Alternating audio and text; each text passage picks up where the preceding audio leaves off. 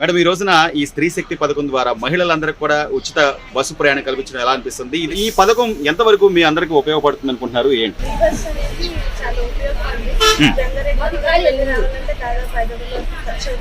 రాను phone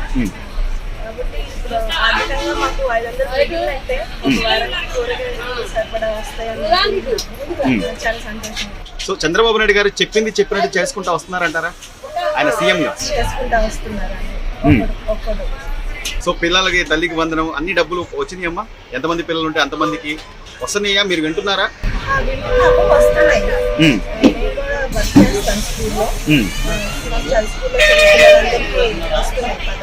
so అంటే మీలాగా ఎక్కడైనా ఉద్యోగం ఊరు నుంచి వచ్చి ఉద్యోగం చేసుకునే వాళ్ళకి ఈ ప్రయాణం ఈ పథకం అనేది ఎంతవరకు వర్తిస్తుంది, ఎంతవరకు ఉపయోగపడుతుంది అనుకుంటున్నారు?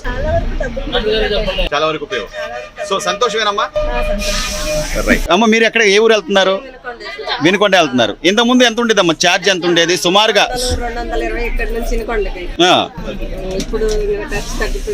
220 ఎంతో కొంత 400 కానీ 300 అయినా మిగిలినట్టే కదా. ఏమా సంతోషమేనా? దాదాపు 245 రూపాయల టికెట్ నీకు ఉచితంగా వచ్చింది. సంతోషమేనా? 500 రూపాయల టికెట్ రాను పోను. సంతోషమేనా? సీఎం గారికి ఏం చెప్తావు? చంద్రబాబు గారికి సంతోషం అని చెప్తావు. అనుకున్నారా మేడం? అంటే ఇంత లోటు బడ్జెట్ లో ఇంత కష్టాల్లో కూడా ఈయన చేస్తాడా చేయడా?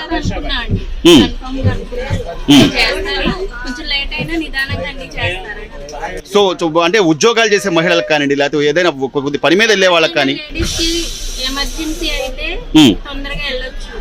చేతిలో డబ్బులు లేవు అనే టెన్షన్ ఉండదు. అవును, ఆధార్ కార్డు తీసుకొని ఫ్రీగా వెళ్ళొచ్చు అని కొంచెం హ్యాపీ ఉంటది.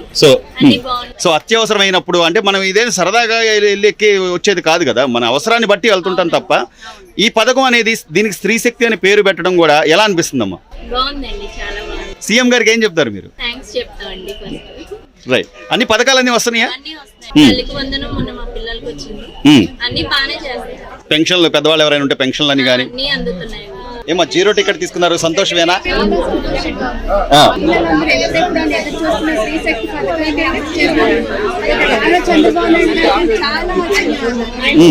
అనుకున్నారమ్మా? అంటే ఇంత లోటు బడ్జెట్ లో కూడా ఇన్ని ఇబ్బందుల్లో కూడా ఈ పథకం అమలు చేయడం కానీ ఎట్లా అనిపిస్తుందమ్మా చదువుకున్న మహిళగా మీ అభిప్రాయం?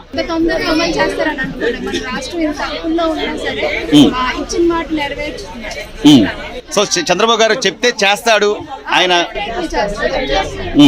అలాగే ఉద్యోగ అవకాశాలని ఇవన్నీ కూడా.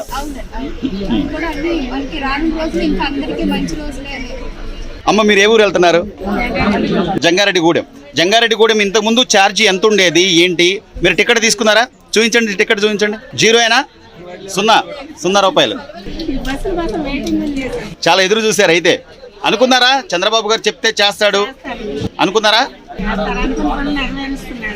బాగా చేస్తున్నాడు. పథకాలు కానీ అన్నీ కూడా. సో ఏం చెప్తాం అమ్మ, నువ్వు చదువుకున్న మహిళగా ఈ రోజున మా ఉద్యోగ అవకాశాల కోసం సింగపూర్ అటు వెళ్ళి ప్రయత్నాలు చేయడం కానివ్వండి,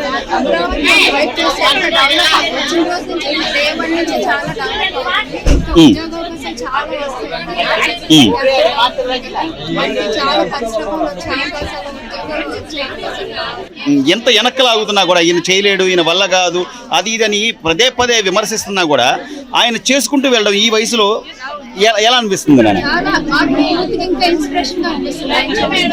Please subscribe to Leo News for more videos.